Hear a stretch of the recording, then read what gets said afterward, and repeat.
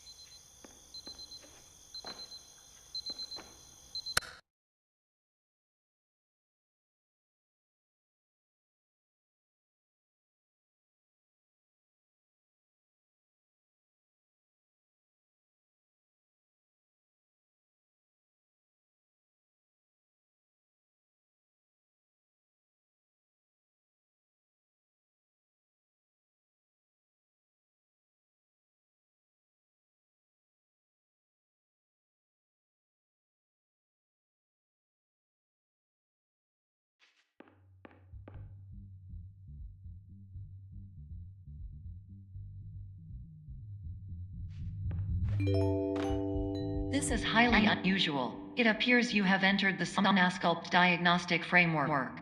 Patients do not have access to this dream.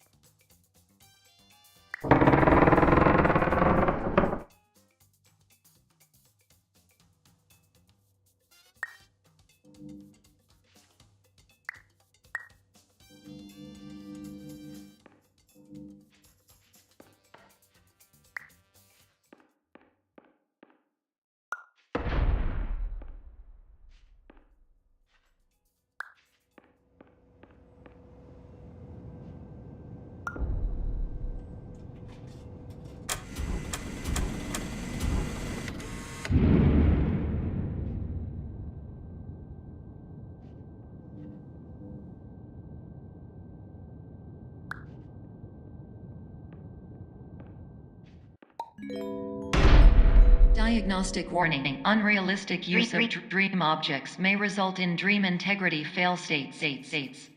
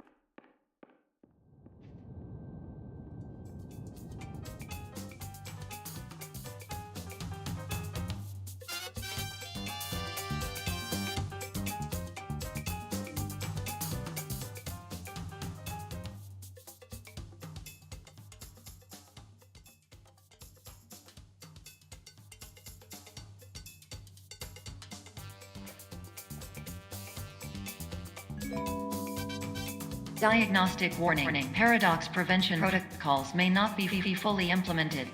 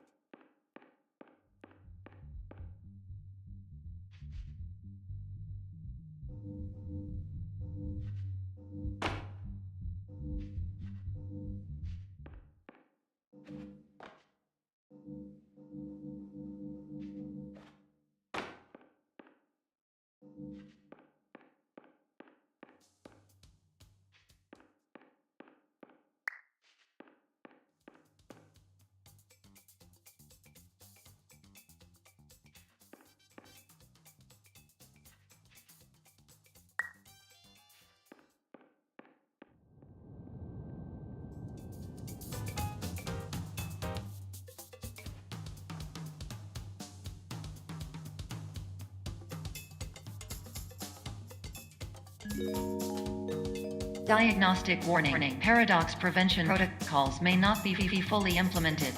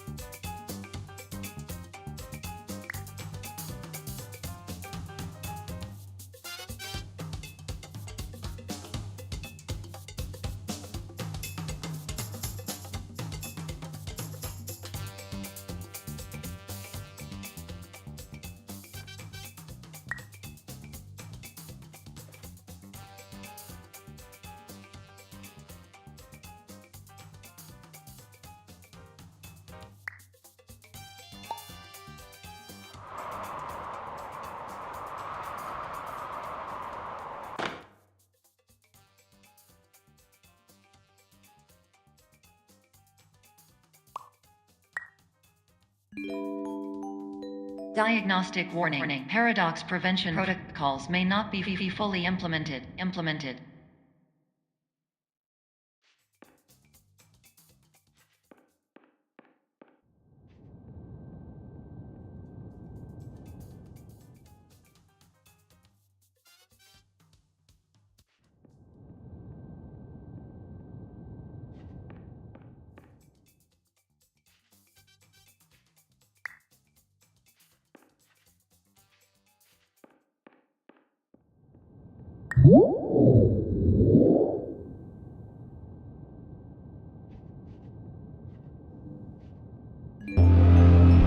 Please paradox from creating any refrains. Explosive dream overload may result.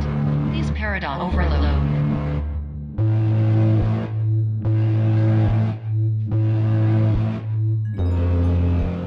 Please overload from dream explosion.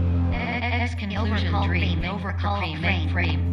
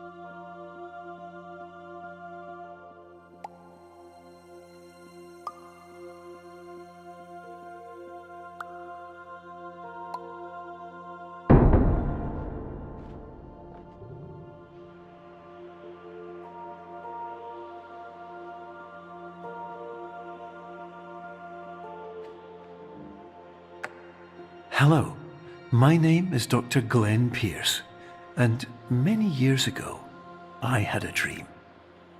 I found myself in a place where I understood that each of us begins as nothing, where everything I perceived was shaped by seeing it exactly the way I wanted to. White space.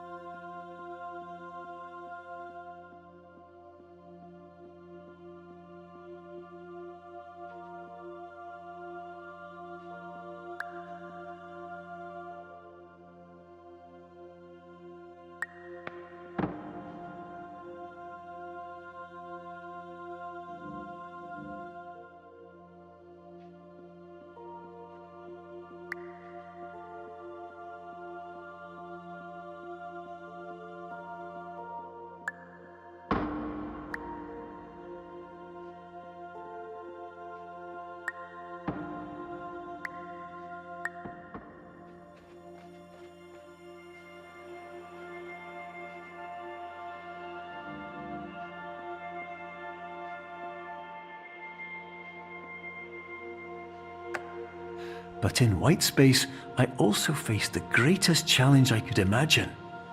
Because with a lifetime of life itself behind me, and all of the weight that it carried, I realized that seeing things the way I wanted to was not as easy as it used to be.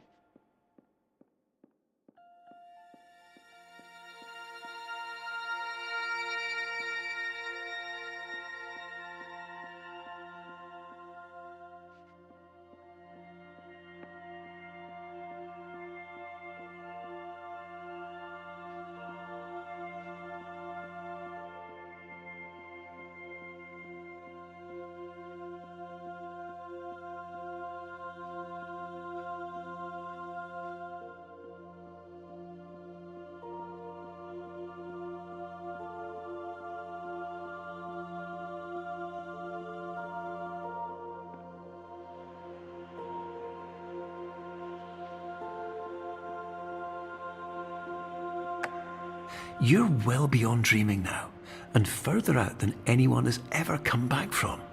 But we hope that you won't get discouraged. After all, if this is a place of pure perspective, isn't it also a place where a different point of view could make anything possible? Isn't that why you came here?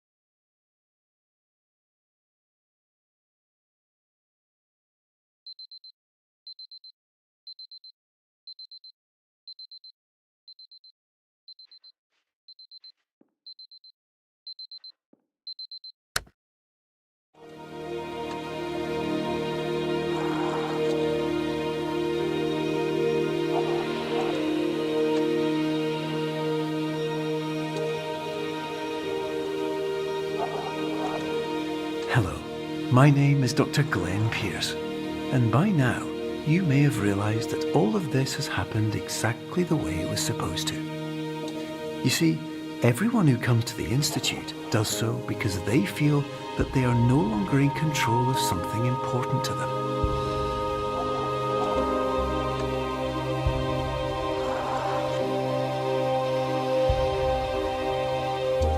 But more often than not, the problem is not that the problems we face can't be solved. The problem is that we become so afraid of failure that we refuse to see our problems from a new perspective. And so we do the same things again and again and again. And therein, of course, we find exactly the failure we were looking for.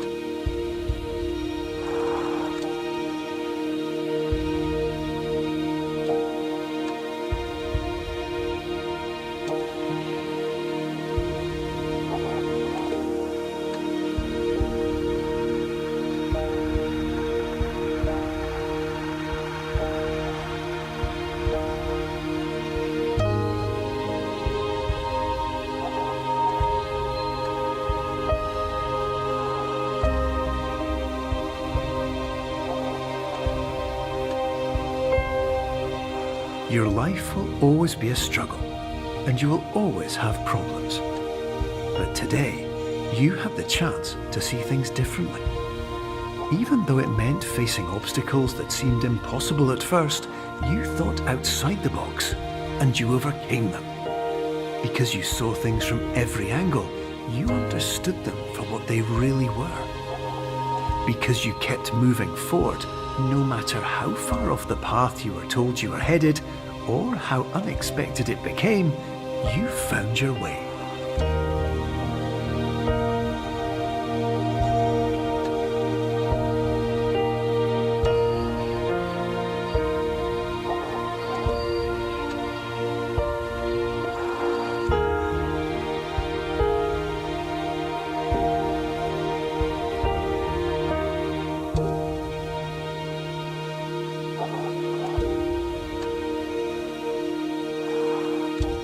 In a few minutes, you'll be back in the real world, and some part of you will say that none of this was real.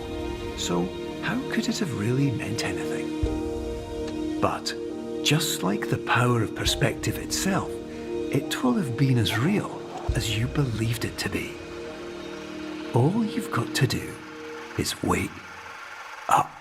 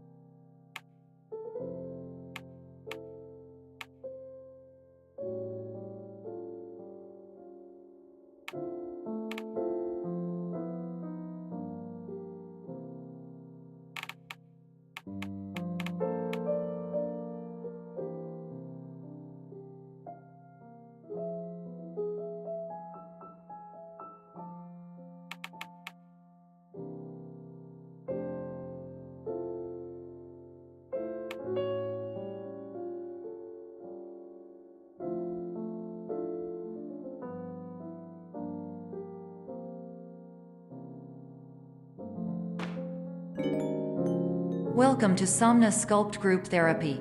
Limited Standard Orientation Protocol initiated.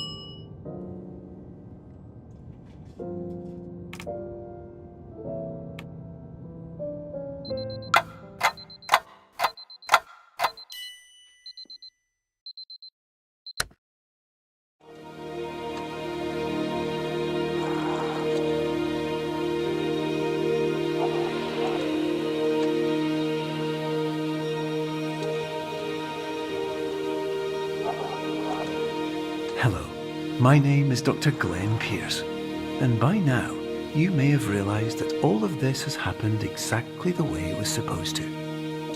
You see, everyone who comes to the Institute does so because they feel that they are no longer in control of something important to them.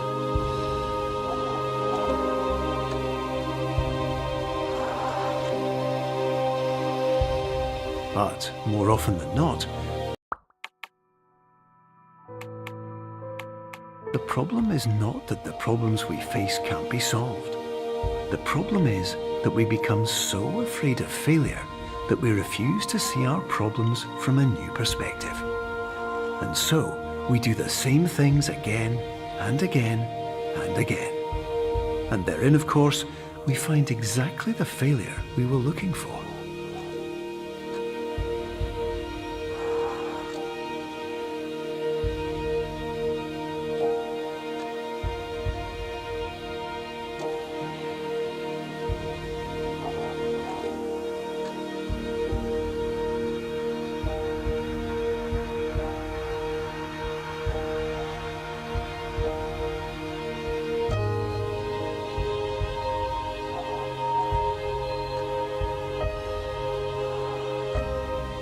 Your life will always be a struggle, and you will always have problems. But today, you had the chance to see things differently. Even though it meant facing obstacles that seemed impossible at first, you thought outside the box, and you overcame them. Because you saw things from every angle, you understood them for what they really were. Because you kept moving forward, no matter how far off the path you were told you were headed, or how unexpected it became, you found your way.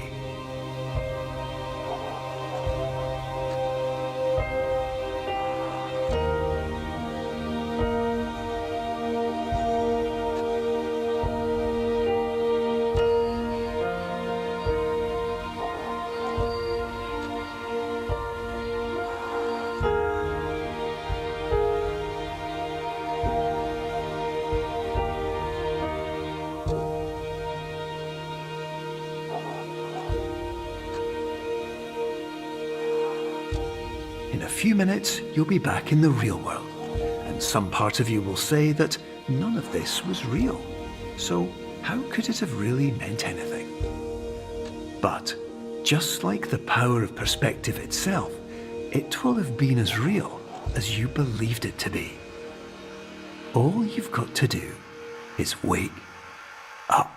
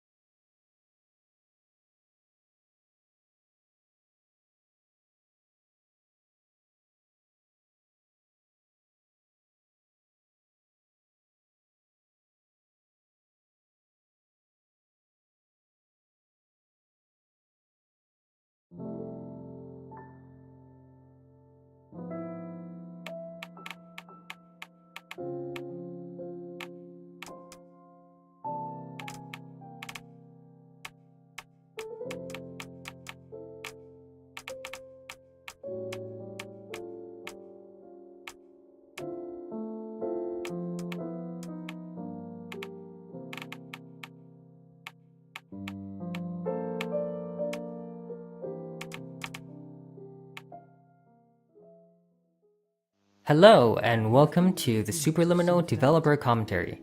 I'm Albert, Game Director of Superliminal. Myself and the rest of the team will be popping up every now and then as you play. With subtitles open, you can see who is talking and what their role on the game is. Our patent-pending Somnosculpt technology provides safe and effective dream therapy while you rest in the comfort of our flagship clinic. Located right next to the secondary overflow parking lot at the University Medical Centre. Somnosculpt, we'll make your dreams come true.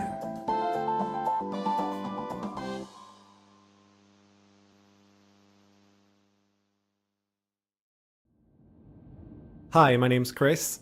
I was the producer and designer on Superliminal. Hi, this is Will O'Neill, and I was the writer on Superliminal. Okay, so that very beginning of Superliminal is actually one of the last parts we finished. Throughout development, we created so many different introductions to the game. Not all of them were cutscenes, like that one, but we ended up feeling that that in-game video sequence offered a really smooth on-ramp that let us set the framework for what's to come. By keeping it grounded in the world, rather than just a video, we felt it to be a good way to get you situated in the game and aware of what's up. So when I wrote the opening line of "Are you filled with feelings of self-doubt" at the beginning of the game, I was definitely envisioning a player immediately, unconsciously responding with yes. And of course the purpose of that is to sort of pull you into the idea that you're not playing a character in the game, that it's you inside this experience. And of course, making it clear that the clinic itself is not necessarily the safest or most prestigious place to get treated creates an immediate tension. Especially when the very first thing you do in the game is accidentally sign away all of your rights.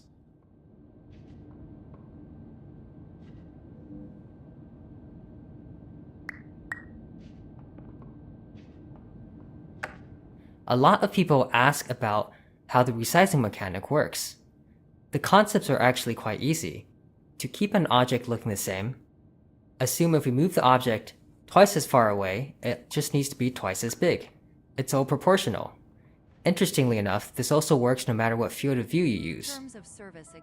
The hard part of this mechanic isn't the actual resizing. It's trying to figure out where the object needs to be. To do this, you need to test a weirdly shaped object with a weirdly shaped background, and trying to find the right ratio for the object to be big enough to not touch anything, while keeping everything accurate and optimized. Hey, this is Matt. I did the music and sound. This very first jazz piece in the game is called I Wonder, and if it sounds at all familiar to you, that's because you just heard its melody and chord progression in the Somnosculpt TV jingle back at the start of the game, which I called Smooth Wonder.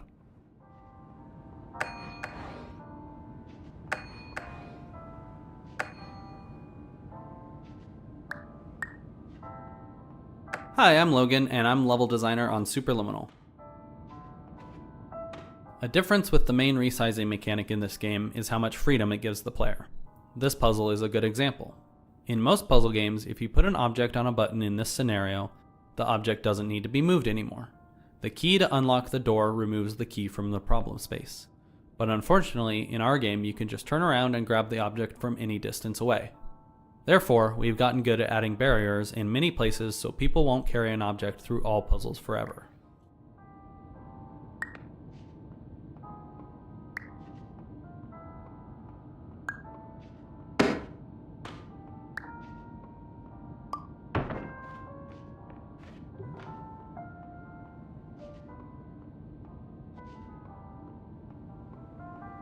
Confirmed. You can move freely, interact with surrounding objects, and listen to messages from your patient care team.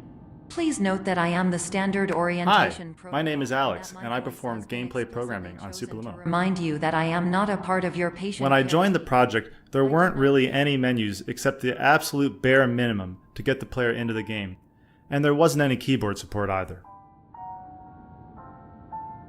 So the first order of business was to add proper mouse and keyboard support to the title and pause menus. The hardest part was supporting switching between the two on the fly, because you never know when the player is going to do it, and it could lock them out of the game. With that foundation laid, I started working on controller support. In terms of the menus, there wasn't much work to do. The pad basically acts like a keyboard. But gameplay was quite a different story. As we approached launch, we all agreed that controller support wasn't quite up to par, and so we shipped without it, adding it around a month after launch. To make controllers feel as good as mouse and keyboard, I wrote a bunch of code to modify how controller input is interpreted. For mouse and keyboard, input is more or less one-to-one mapped to player movement. So you move the mouse and the camera turns. But that doesn't feel good with controllers. Trying to pick up a very small object, say a chess piece, could be quite finicky. In the end, I made it so looking around accelerates the longer the stick is pressed, and behaves differently based on whether you are looking vertically or horizontally, and also while you are holding an object. Probably the biggest change was a quote-unquote auto-lock feature, which draws the focus to a grabbable object as your cursor gets closer to it. All these changes culminated in controllers feeling much more accurate and satisfying.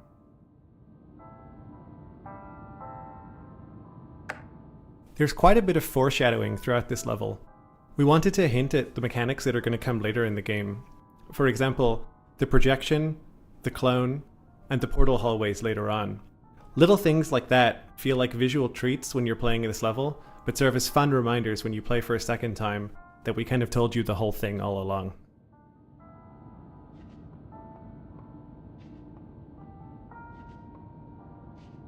Hi there, I'm Steve. I'm the art director of Superliminal. One of our main visual touchstones for this section centers around a couple of silly questions.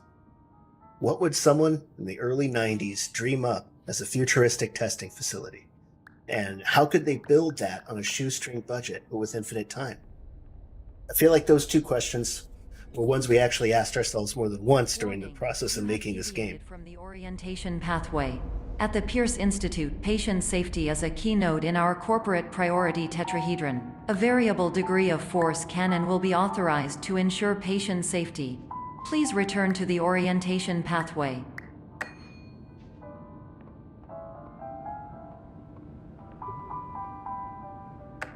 When we were playtesting, we realized that players were getting tripped up on different aspects of the resize mechanic. So we tried to make each puzzle in this level teach a specific action. The cheese puzzle is our way of forcing players to make something from very small to very big, and the puzzle after that is the opposite. This broken window puzzle is to teach you how to make things small and fit through a hole, but at a distance, so you can't simply walk up to it.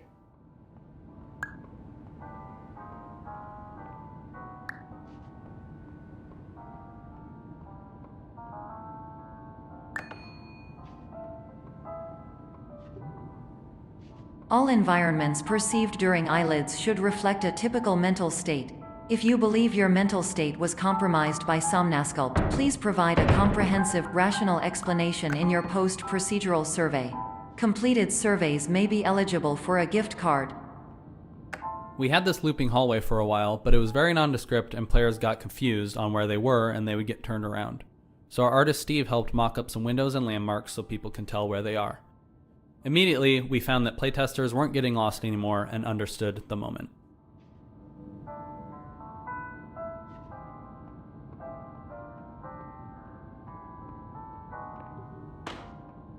Our core game mechanic is so novel that we immediately drew comparisons to other quasi-sci-fi puzzle games.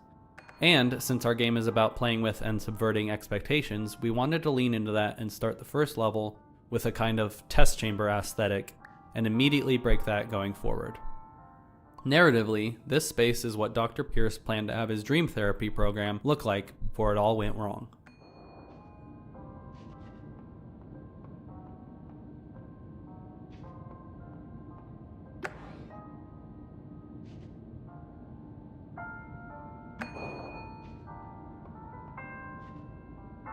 Our core game mechanic is so novel that we immediately drew comparisons to other quasi-sci-fi puzzle games. And since our game is about playing with and subverting expectations, we wanted to lean into that and start the first level with a kind of test chamber aesthetic and immediately break that going forward. Narratively, this space is what Dr. Pierce planned to have his dream therapy program look like before it all went wrong.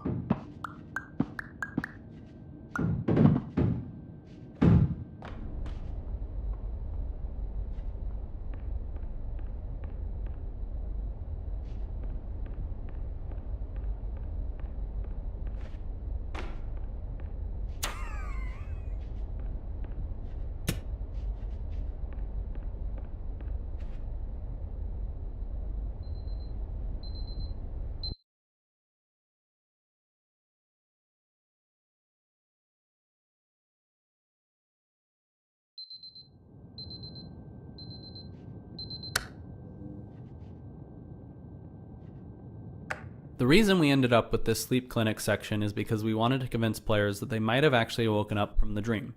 So we don't have any dreamlike mechanics you can play with until you get to the vending machine. Later on, this becomes a hub you come back to in order to emphasize the feeling of waking up from a dream within a dream.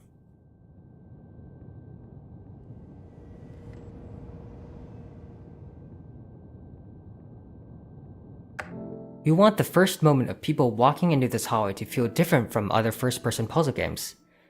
This hallway is designed to feel surprisingly warm, which helps make it feel a little bit surreal and a little bit odd. Throughout the game, we're bouncing between these two feelings, the feelings of warmth and coldness.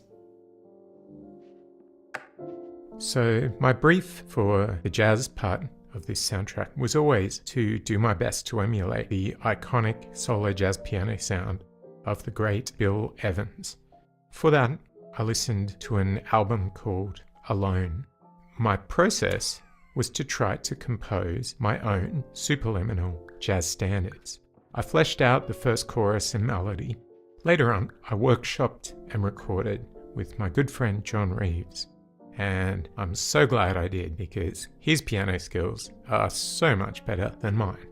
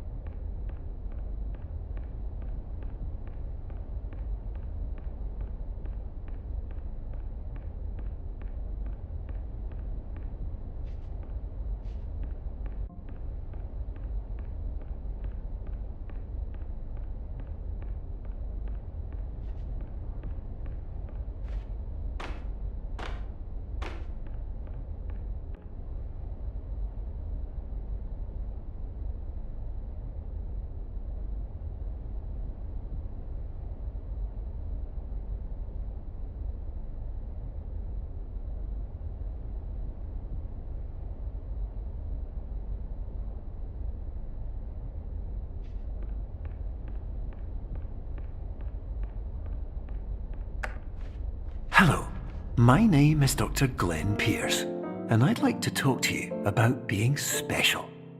So special, in fact, that we have no idea where you are. But not to worry, we're working on it.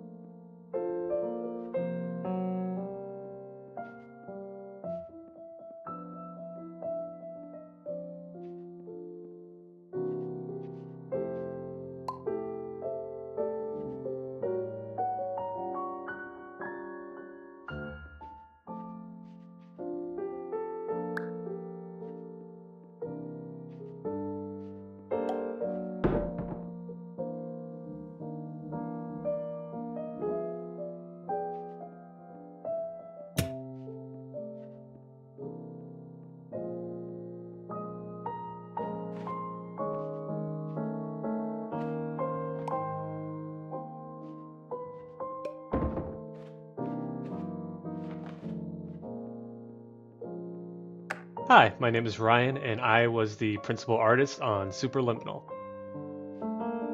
Optical's Pink Hotel Hallway was the first area we nailed down visually and served as a starting point for how we approached the art for the rest of the game. We wanted enough decoration for it to be interesting to the player, yet it couldn't have too much visual noise, or else the player would get lost and overwhelmed. We made interactable objects the complementary color of the surrounding environment, which helped them pop more and feel more important. After we were happy with how this part of the game felt, the rest of the locales came together much quicker, and we required less iteration.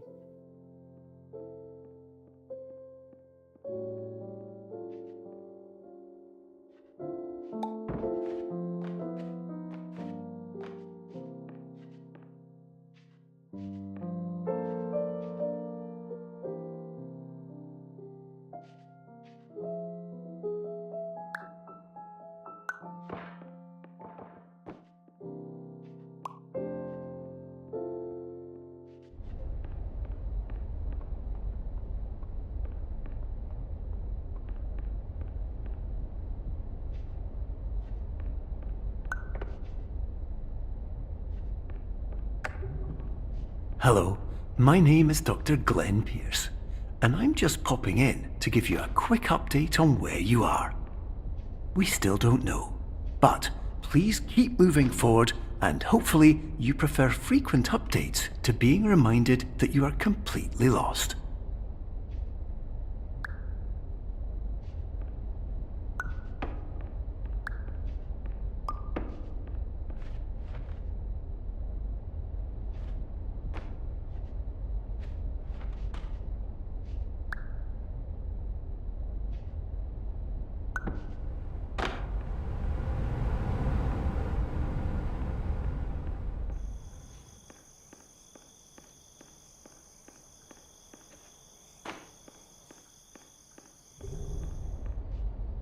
Hi, my name is Phil Fortier, and I was the graphics programmer on Superliminal, and I also worked on some of the Easter egg design. So in this warehouse, you'll notice that there are actually 4 exits to the room, and the level geometry on the other side of the exits would actually overlap if it existed in real space. So to make the level design a little easier, we used our portal tech here. So the exits to the room when you leave the room are actually in vastly different physical locations within the level, but hopefully it should be all seamless for the player. Before you grab the moon in the next room, please notice that it looks quite far away. An interesting fact is that it actually isn't that far at all. But because the moon's position is moving with your position, it seems to be infinitely far away. Dr. Glenn Pierce, and we still can't find you. But you should now have access to a series of elevators that should trigger your subconscious to gradually wake you up. You should also find a variety of emergency exit This puzzle has the problem of requiring the room to not have a ceiling, which resulted with players wanting to escape the room. In a later update, we added a secret area above this room and a bunch of other secret areas based on where we saw players going.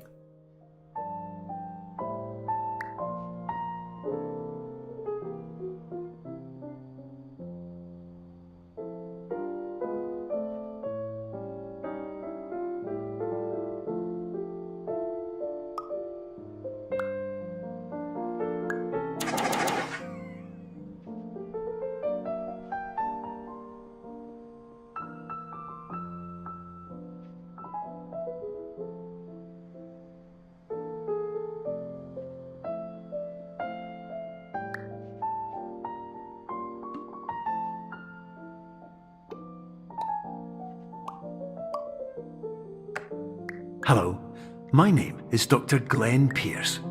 In the event that this elevator does not wake you up, please don't interact with anything that strikes you as psychologically significant, as we will no longer have any way of controlling it.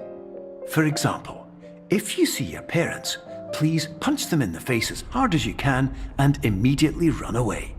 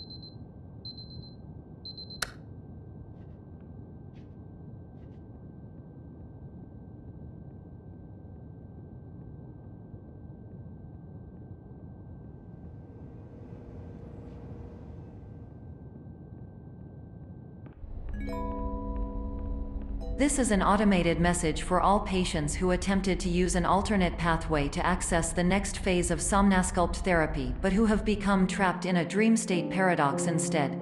Your decisions imply a failure of orientation, which reflects negatively on the standard orientation protocol. You will rectify this failure immediately.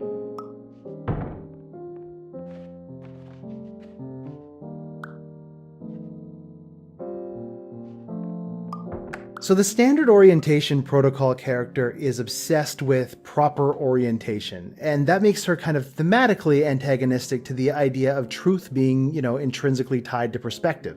But to me, the fun part of it was writing her as being cruel without there being any actual malice to it. Like, she has nothing against you personally. Her programming simply can't see beyond proper orientation as being the only thing of any value to a Somnasculpt patient whatsoever. An early challenge we had for creating the art for Cubism was how to approach the space and make sense of it. We started taking it a bit too literally. For example, how can we make sense of the door being so high up? Why would it be built this way? The solution we arrived at was simply not to make sense of it, because it shouldn't. We created a simple museum aesthetic that wouldn't get in the player's way of experimenting with and enjoying the puzzles. Sometimes keeping it simple is the way to go.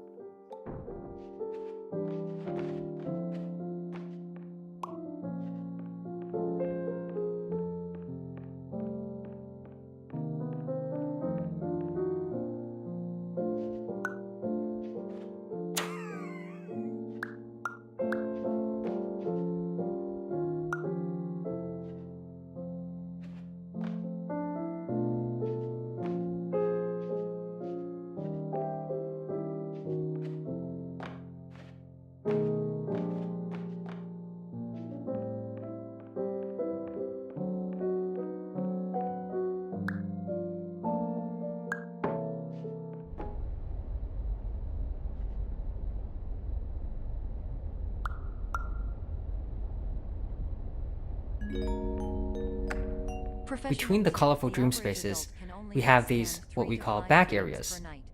These back areas serve as the backdrop to everything.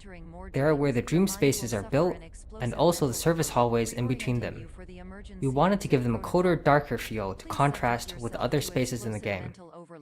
But we also wanted to keep a man-made feel, as if people were just here moving things, creating these spaces, doing work a second before you arrived. Yeah, it reminded me a little of Charlie Kaufman's Synecdoche, New York, that idea of building a world inside of another world.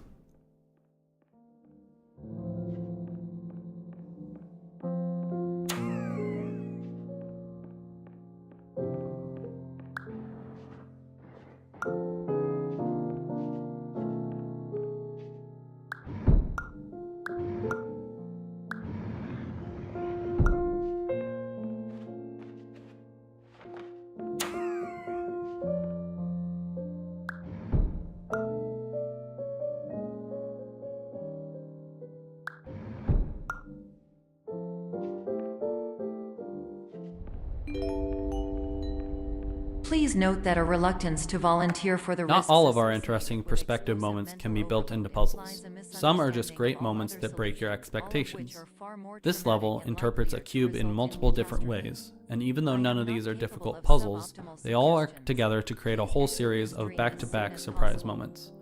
It was fun finding the balance of making it feel like someone was messing with you, without making it feel like the cube is sentient.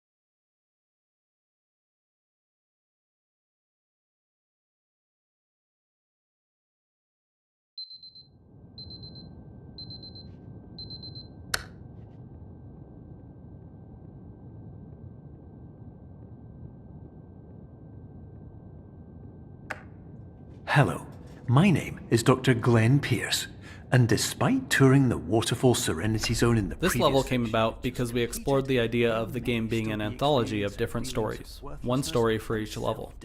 This level was the horror level, and I immediately knew what it would be about, getting the player to be scared of their own shadow. None of the scares are actually real, but the player doesn't know that right away. We scrapped the anthology idea, but this level worked so well that we kept it. One aspect we wanted to explore and draw from was movie scene cuts, basically how a match cut in a movie might make sense in a game. This next moment is a good example. Carefully watch the cloud in the distance. You'll see that it cuts to a new scene.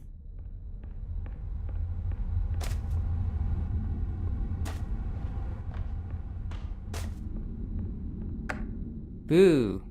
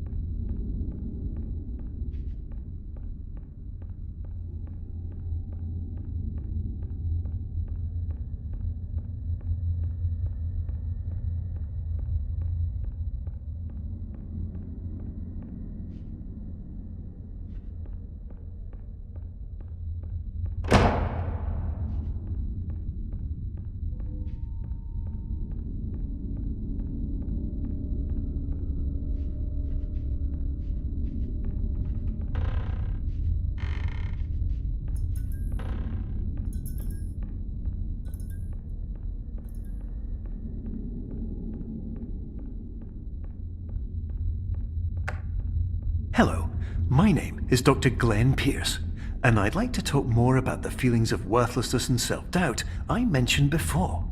You feel this way because you want the kind of happy life you see all around you, the kind you know everyone else is enjoying. And that's exactly why we're here to help.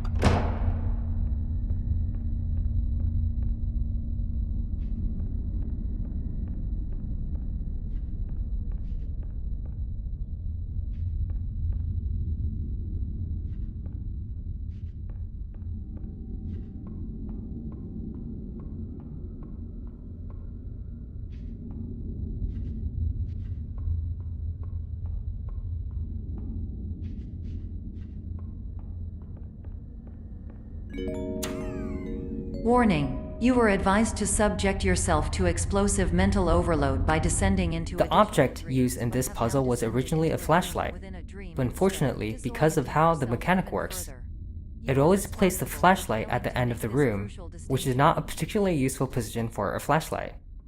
We tried a couple of things, but finally decided to switch to an object that could glow from both ends.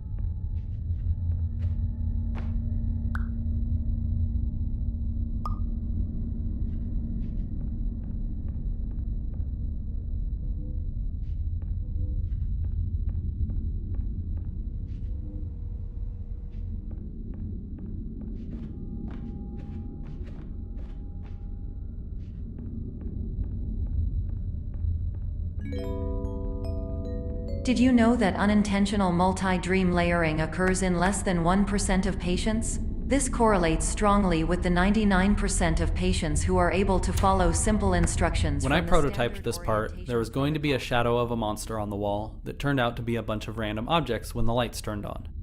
The shadow always looked silly though, so eventually the reveal became the blood actually being red paint.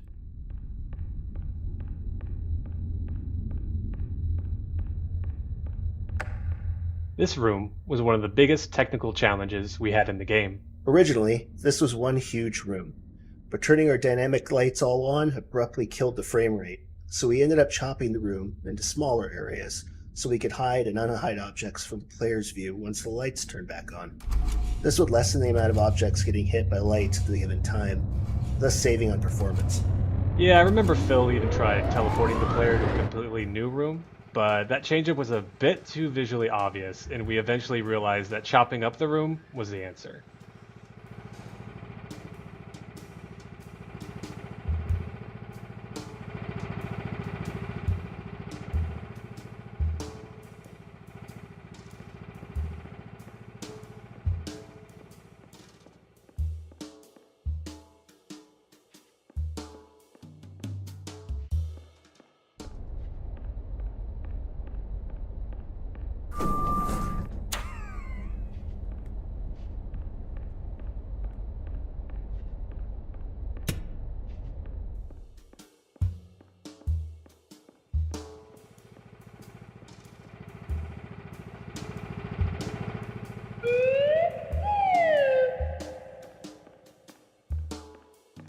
When I prototyped this part, there was going to be a shadow of a monster on the wall that turned out to be a bunch of random objects when the lights turned on.